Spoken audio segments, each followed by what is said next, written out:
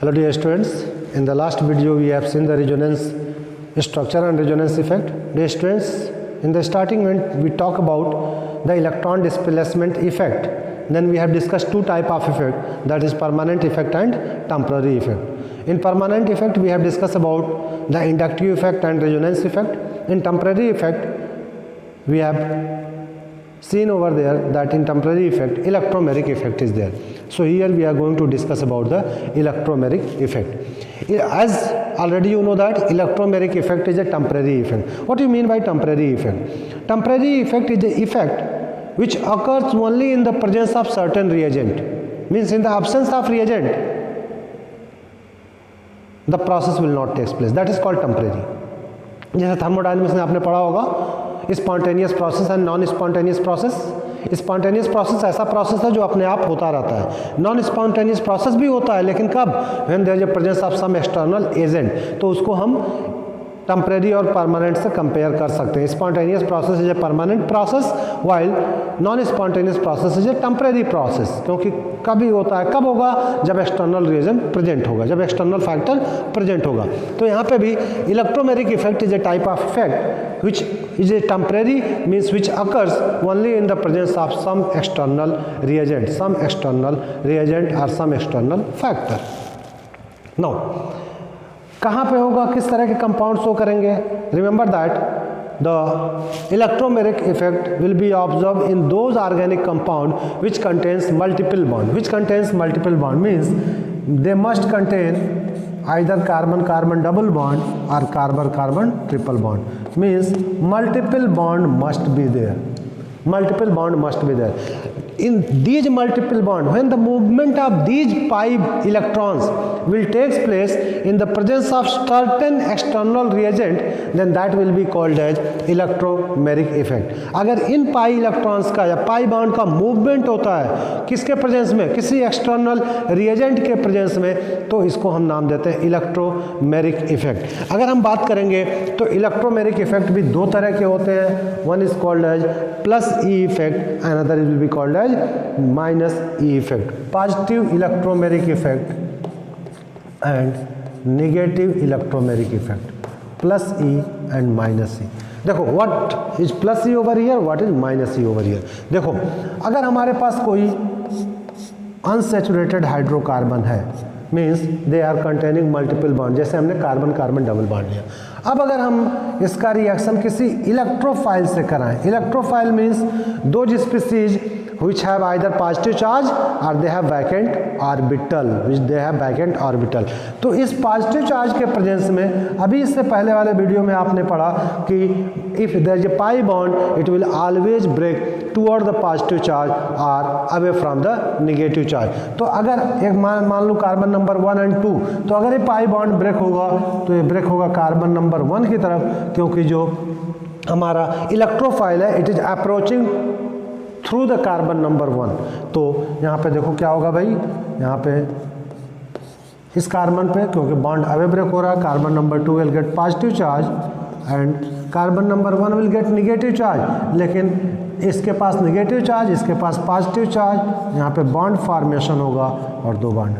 So this is called plus E effect. If the bond will break toward the attacking reagent, if the multiple bond present in the carbon compound it breaks toward the attacking reagent, it will be called as positive electromagnetic effect. Similarly, second case, if there is a unsaturated system and it is going to react with certain nucleophile, so because it is negatively charged then the bond will break away from the negative charge. In this case this carbon will get negative charge, single bond carbon, the carbon will get positive charge and this contain negative charge, so formation of bond will be there, nucleophile. So this is minus E effect. Means when the pi bonds will break away from the attacking reagent. See, attacking reagent approaching from here carbon number 1 and the bond is going to break toward the carbon number 2. So if the bond will break away from the attacking reagent, this will be called as negative electromeric effect, that is minus E effect. So this is all about the electromeric effect. Now we will discuss about the hyperconjugation. Hyperconjugation. Dear students, if you see hyperconjugation is also called as no bond resonance. It is called as no bond resonance.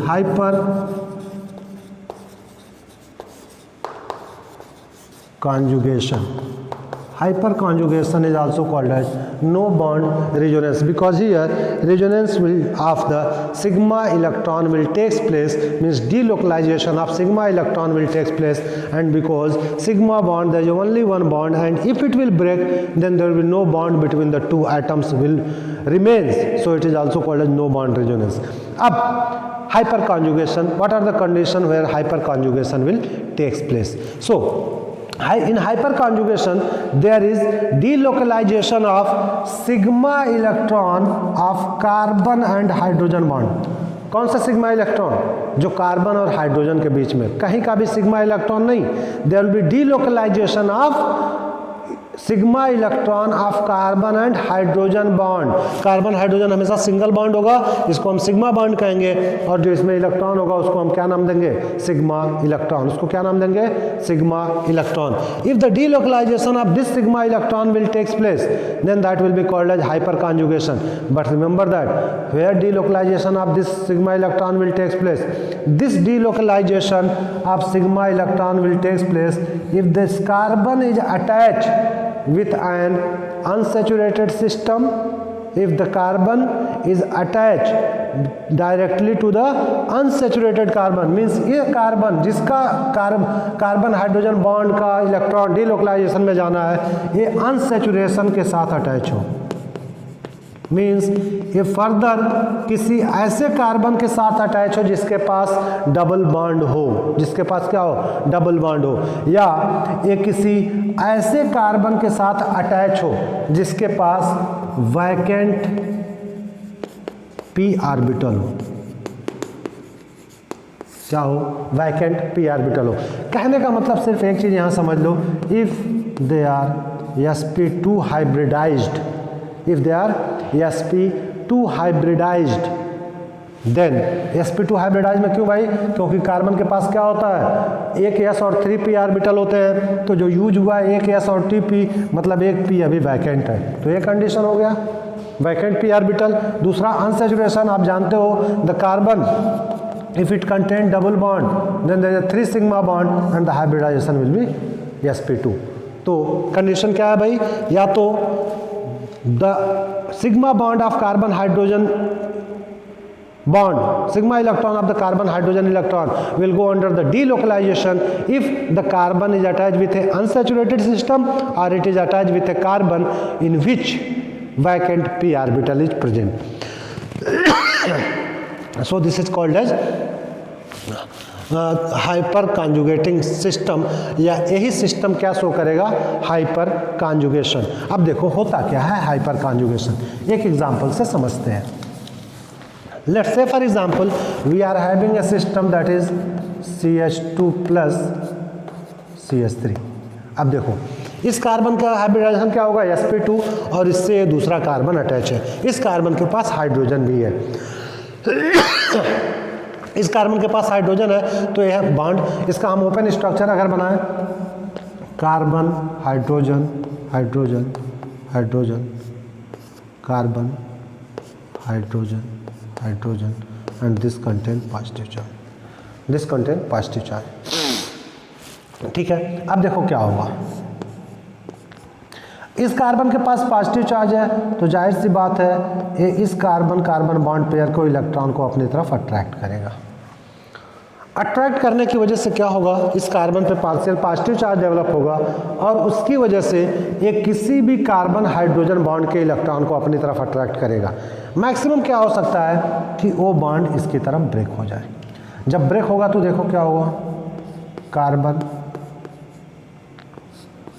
Carbon hydrogen hydrogen, यहाँ पे था positive charge, और जब bond इधर carbon की तरफ break हुआ, इस कार्बन पे आया नेगेटिव चार्ज, पॉजिटिव नेगेटिव, जैसे फॉर्मेशन ऑफ डबल बॉन्ड. और यहाँ पे जो हाइड्रोजन था it got positive charge, this hydrogen now got positive charge. Next दूसरा क्या हो सकता है भाई, ये तीनों बॉन्ड इक्वल है तो ए बॉन्ड ब्रेक हो सकता है या ए बॉन्ड ब्रेक हो सकता है या ए बॉन्ड, सपोज कर लो ए बॉन्ड ब्रेक हो जाए, then what will happen, carbon double bond carbon hydrogen hydrogen hydrogen, a bond break हुआ तो इस हाइड्रोजन पे क्या आया पॉजिटिव चार्ज, कार्बन पे नेगेटिव चार्ज, इस हाइड्रोजन पे पॉजिटिव चार्ज, यहाँ पे फॉर्मेशन ऑफ बॉन्ड हुआ। थर्ड पॉसिबिलिटी क्या है कि ये वाला बॉन्ड ब्रेक हो जाए, अगर ये वाला बॉन्ड ब्रेक होगा देखो क्या होगा, कार्बन हाइड्रोजन, इस हाइड्रोजन पे आया positive charge, double bond carbon hydrogen hydrogen, इस पे आया क्योंकि इधर इस पे पॉजिटिव चार्ज, इस कार्बन पे negative charge, formation of the bond. So this is known as hyperconjugating structure. These structures will be known as hyperconjugation. जैसे वहाँ पे क्या था resonating structure, तो यहाँ पे भी क्या हो रहा है मूवमेंट ऑफ बॉन्ड हो रहा है, लेकिन यहाँ पे डिफरेंस क्या है, यहाँ पे मूवमेंट ऑफ सिग्मा बॉन्ड हो रहा है और सिग्मा बॉन्ड के मूवमेंट के बाद देखो जैसे ये बॉन्ड मूव कर गया, there is no bond between this carbon and hydrogen, so it is also known as no bond resonance, it is also known as no bond resonance. जिस तरह से वहाँ पे हमने बात की थी कि higher the number of resonating structure higher will be the stability, यहाँ पे भी हम बात करेंगे more the number of resonating more the number of hyperconjugating structure more will be the stability, क्योंकि जब नंबर ऑफ स्ट्रक्चर्स ज़्यादा होंगे तो एनर्जी डिस्ट्रीब्यूशन उनमें होगा, मीन्स एक पर्टिकुलर स्ट्रक्चर का एनर्जी लेवल लो होगा and low energy always associated with higher stability. एक तो ये हो गया। दूसरा एग्जांपल अगर हम अनसैचुरेटेड सिस्टम के साथ लेके देखें, एक और एग्जांपल देखते हैं with unsaturated system, then what we are going to get, suppose we are having double bond,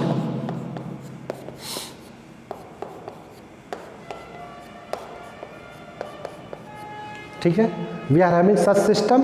Now suppose what will happen if the bond will break, if the bond will break then what happen, suppose अबे क्या है SCH3 है, electron donating group है, electron density इस carbon की बढ़ेगी, अगर bond break होना हुआ तो इधर ब्रेक होगा। देखो इसके ब्रेक होने के बाद क्या रिजल्ट आएगा, this carbon will get negative charge, hydrogen hydrogen, single bond the carbon, this carbon will get positive charge, and if this will get positive charge it will attract the electron from the adjacent carbon, जिसके resultant क्या होगा, कोई एक carbon hydrogen bond फिर से break होगा। तो यहाँ पे आया नेगेटिव चार्ज, इस कार्बन पे positive charge, double bond move कर गया यहाँ पे और इस हाइड्रोजन कार्बन के बीच का बॉन्ड ब्रेक हो गया। Now again because all the three structure are similar, so next this bond will break, next this bond will break, means it will give three hyper conjugating structure। एक CH3 group कितने hyper conjugating structure देगा, 3, क्योंकि CH3 में अगर कोई CH3 group ऐसे system से attach है जो sp2 हाइब्रिडाइज्ड है तो उस CH3 3 hyper conjugating structure देगा, because there is a 3 identical carbon hydrogen bond is there and the 3 carbon hydrogen sigma electron can go under the delocalization and this will give the 3 hyper conjugating structure। हमने जो अभी आपसे इससे पहले कहा कि मोर the number of hyperconjugating structure more will be the stability, हमने जब बात किया था बताया था आपको कि कार्बोकैटायंस और फ्री रेडिकल्स के बारे में कि अगर कार्बोकैटायन है तो टर्शियरी का CH3 methyl carbocation will be less stable then the primary carbocation, then secondary carbocation and then tertiary carbocation। ठीक है, ये आपका मिथाइल है, ये 1st डिग्री है, ये 2 डिग्री है, ये 3 डिग्री है। देखो ये CH3 है, ये किसी से अटैच नहीं है तो ये कोई हाइपर कॉन्जुगेटिंग स्ट्रक्चर नहीं शो करेगा, सिंगल स्ट्रक्चर है।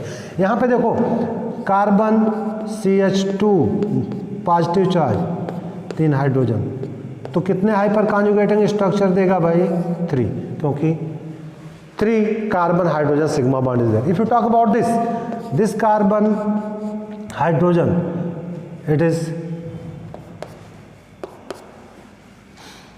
Having positive charge CH3,